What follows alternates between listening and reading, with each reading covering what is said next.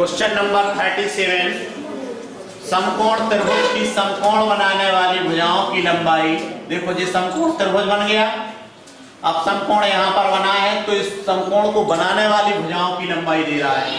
एक दे रहा 8 मीटर और एक दे रहा है 10 मीटर। ठीक है, तो इसका क्षेत्रफल ज्ञात करना है। कर्ण नहीं, क्षेत्रफल बराबर क्या। तो आपको ये तो आधार है ही है और ये आपकी ऊंचाई होगी, क्योंकि 90 अंश का कोण बना रहा है। तो त्रिभुज का क्षेत्रफल बराबर क्या पढ़ाया था आपको कि 1/2 गुणे आधार गुणे ऊंचाई। यही पढ़ाया था, आधार गुणे ऊंचाई। तो आधार आपका 8 माना जाएगा, ऊंचाई क्योंकि लंबवत है इसलिए 10 मानी जाएगी। तो 1/2 गुणे आधार आपका 8 है गुणे 10। 2 एकम 2, 2 पंचे 10, 8 पंचे 40 बराबर 40 वर्ग मीटर। क्या हो गया क्षेत्रफल? 40 वर्ग मीटर। समझ में आ गया। क्वेश्चन नंबर देखें 30। 80 नहीं, 80 का आधा 40। एक समबाहु त्रिभुज की प्रत्येक भुजा। देखें फिर से ध्यान दें आप, समबाहु त्रिभुज माने ऐसा त्रिभुज जिसकी प्रत्येक भुजा बराबर, देख रही ना, इसकी प्रत्येक भुजा कितने की है? 2√3 की है। ओके, तो इसकी ऊंचाई ज्ञात कीजिए। क्या ज्ञात करना है? ऊंचाई ज्ञात करना है। यही ऊंचाई कहलाएगी। ऊंचाई बराबर क्या। तो आपने इसी चैप्टर में एक सूत्र सीखा था कि समबाहु त्रिभुज में जब भुजा दी गई हो तो ऊंचाई बराबर क्या सीखा था? √3/2 गुणे भुजा। √3/2 गुणे √3/2 गुणे है ना। तो ऊंचाई बराबर समबाहु त्रिभुज, सुने, समबाहु त्रिभुज की ऊंचाई बराबर क्या बताया था? √3/2 गुणे भुजा। यही बताया था। और क्षेत्रफल परिमाप का सिरे लड़ा। नाटक करते रहते हो, देखेंगे मारेंगे। अभी तक नहीं सुधर पा रहे। बताओ, पहले लड़के लड़के लड़कियां लड़कियां शोर मचाते थे, अब लड़की लड़कियां बैठा दिया तो शोर मचा रहे। सुने, देखो मैंने बताया था कि जब समबाहु त्रिभुज की भुजा दी हो तो ऊंचाई का सूत्र होता है √3/2 गुणे भुजा कर देती। और मैंने एक और बताया था कि अगर किसी समबाहु त्रिभुज की भुजा दी गई हो तो क्षेत्रफल निकालना है तो √3/4 गुणे भुजा की घात 2 करते थे। ऐसा करते थे। तो आपका क्या है? भुजा की जगह पर √2/3 रखेंगे। तो आगे चल के क्या है? √3/2 गुणे 2√3 भुजा की जगह पर रख दिया। तो आपका 2 से ये 2 कट जाएगा और √3 गुणे √3 होगा तो बराबर √9 आ जाएगा। 9 का वर्गमूल निकालेंगे 3 आ जाएगा। तो इसकी ऊंचाई कितने सेंटीमीटर की होगी? 3 सेंटीमीटर। क्योंकि ये पहले सेंटीमीटर था ना, भुजा सेंटीमीटर में थी, इसलिए ऊंचाई भी किस में निकलेगी? सेंटीमीटर। आ गया समझ में। तो ऊंचाई कितनी है? 3 सेंटीमीटर। काटने लगे हो आप? अरे 2 से 2 कट जाएगा। √3 गुणे √3 करोगे तो √9 हो जाएगा। √9 का वर्गमूल निकालोगे तो 3 आ जाएगा। समझ में आया। Question number 39। एक समबाहु त्रिभुज की प्रत्येक भुजा, फिर उसने कहा समबाहु, ऐसा तीनों भुजाएं जब बराबर है और इसकी प्रत्येक भुजा 28√3 है तो इसका क्षेत्रफल ज्ञात कीजिए। अभी मैं क्षेत्रफल की चर्चा कर दी थी यहाँ पर। तो समबाहु त्रिभुज का क्षेत्रफल बराबर, समबाहु त्रिभुज का क्षेत्रफल बराबर क्या बताया था? √3/4 गुणे भुजा की घात 2। यही बताया था। ठीक, तो √3 तो आपका ज्यों का त्यों रहेगा, बटे 4 भी ज्यों का त्यों, लेकिन भुजा है आपकी 28√3 पूरे की घात 2। ठीक है, तो यानी घात 2 का मतलब क्या है? 2 बार उसको गुणा में लिख दो। यही मतलब है ना। 28 3 लिख गया पूरा गुणा में 2 बार, नहीं आया समझ में? अरे घात 2 का मतलब है कि भुजा को 2 बार गुणा में, 4 एकम 4, 4 सत्ते 28, ठीक है। अब 28 गुणे 27, वो 28 गुणे 7 करेंगे तो 28 सत्ते कितना होता है?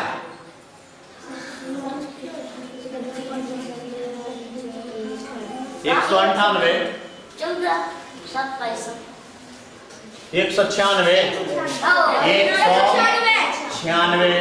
अब रूट 3 गुणे 3 करोगे तो 3 त्रिका 9, 3 त्रिका 9 तो 9 3 27।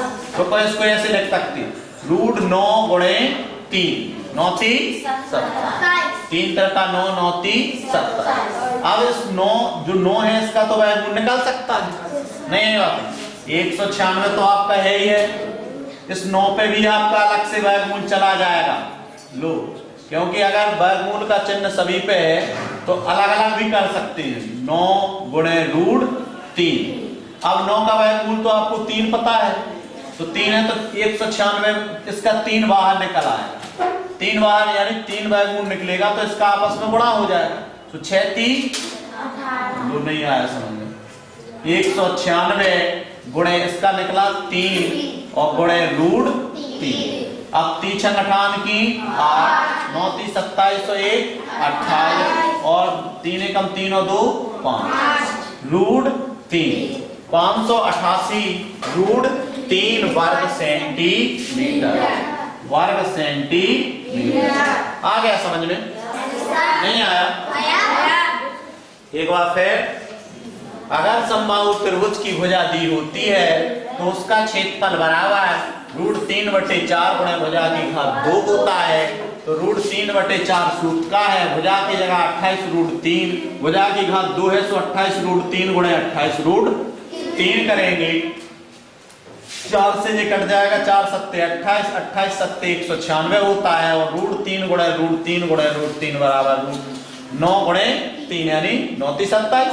अब 9 को अगर अलग अलग कर देंगे तो 9 का रूट आपका 3 मिल जाएगा, तो 3 लिख दिया, और 3 का वर्गमूल आपको पता नहीं है तो इसका 3 का गुणा करेंगे तो 3 8 में 3 छंग 58 की 8 हासिल आई 1, 9 3 27 1 28 की 8 हासिल आई 2, 3 एकम 3 और 2 5, तो 588 रूट 3 वर्ग सेंटीमीटर।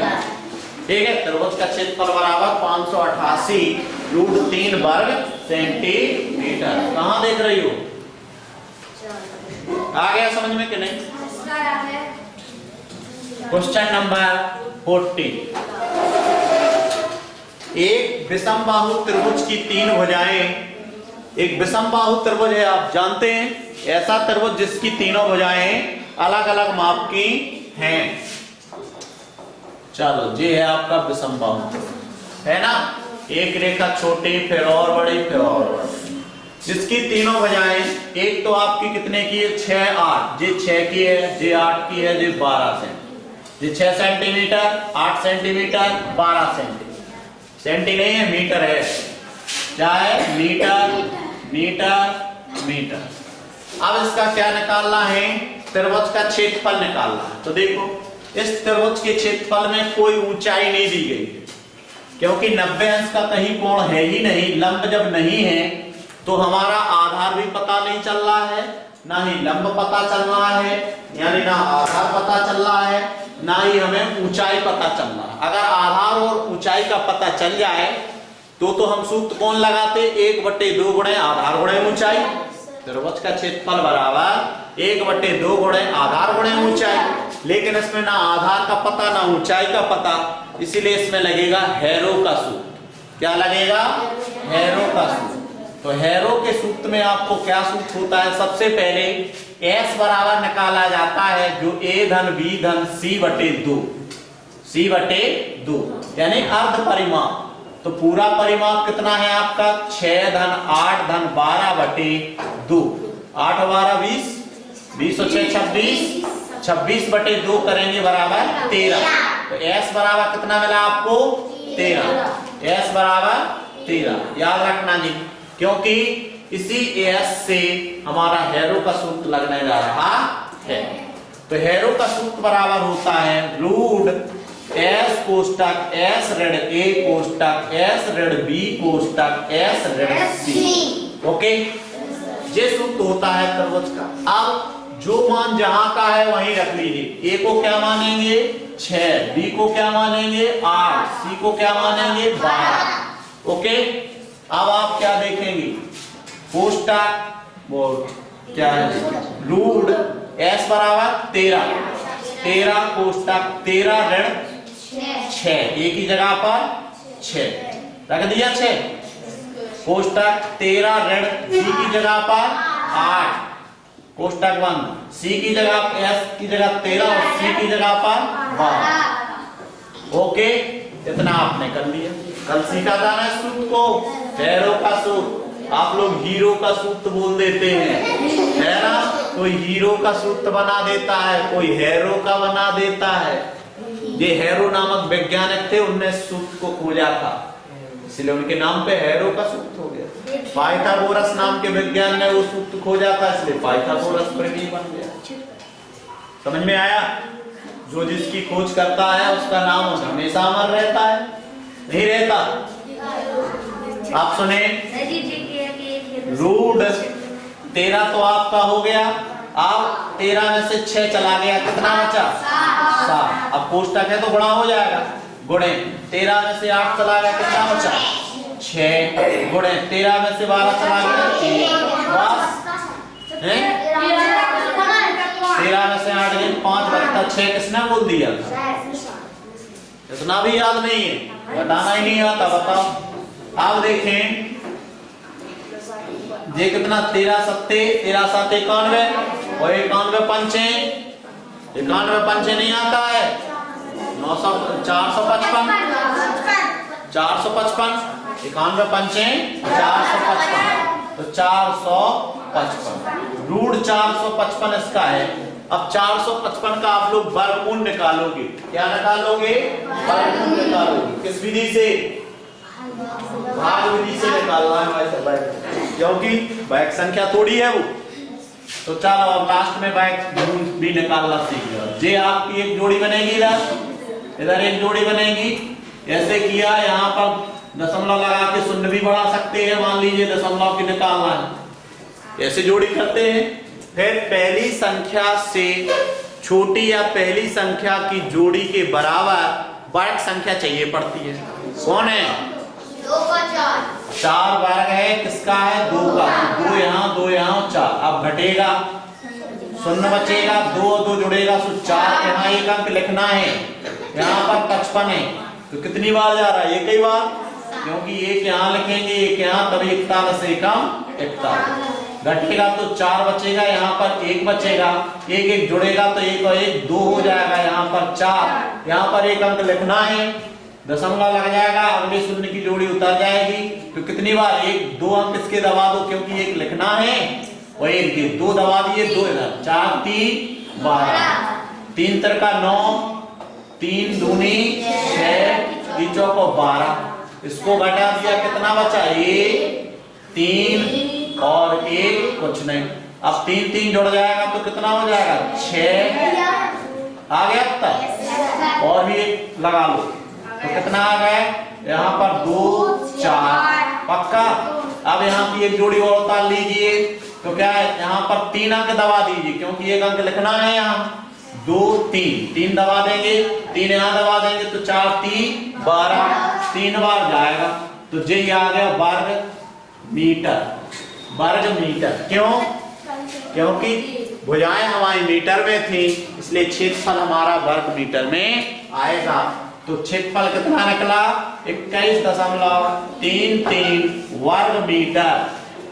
समझ में आ गया? इस वर्ग मीटर को ऐसे भी लिख सकते हैं, जहां वर्ग हो तो वहां पर मीटर की घात 2 लिख देते हैं, ठीक है। और घन में इकाई क्या रहती है? इकाई की घात 3। घन में क्या रहेगा? इकाई की घात 3। वर्ग में क्या रहेगा? इकाई की घात 2, ठीक है, इकाई की घात 2। याद रखोगे। लास्ट चीज में आपको एक और बताते हैं कि एक घन मीटर में 1000 लीटर पानी बनता है। 1 मीटर टंकी अगर लंबी है, 1 मीटर चौड़ी है, 1 मीटर ऊंची है, तो उसमें 1000 लीटर पानी रहता आयतन है वो। ठीक, पूरी गाइड के अब आप लोगों को पूरे करना है और पेपर देते चलना है और हिंदी और चित्ता में यहाँ पढ़ाते चल रहे हैं और पूरी गाइड की गणित करके आप डेली दिन करें इसको।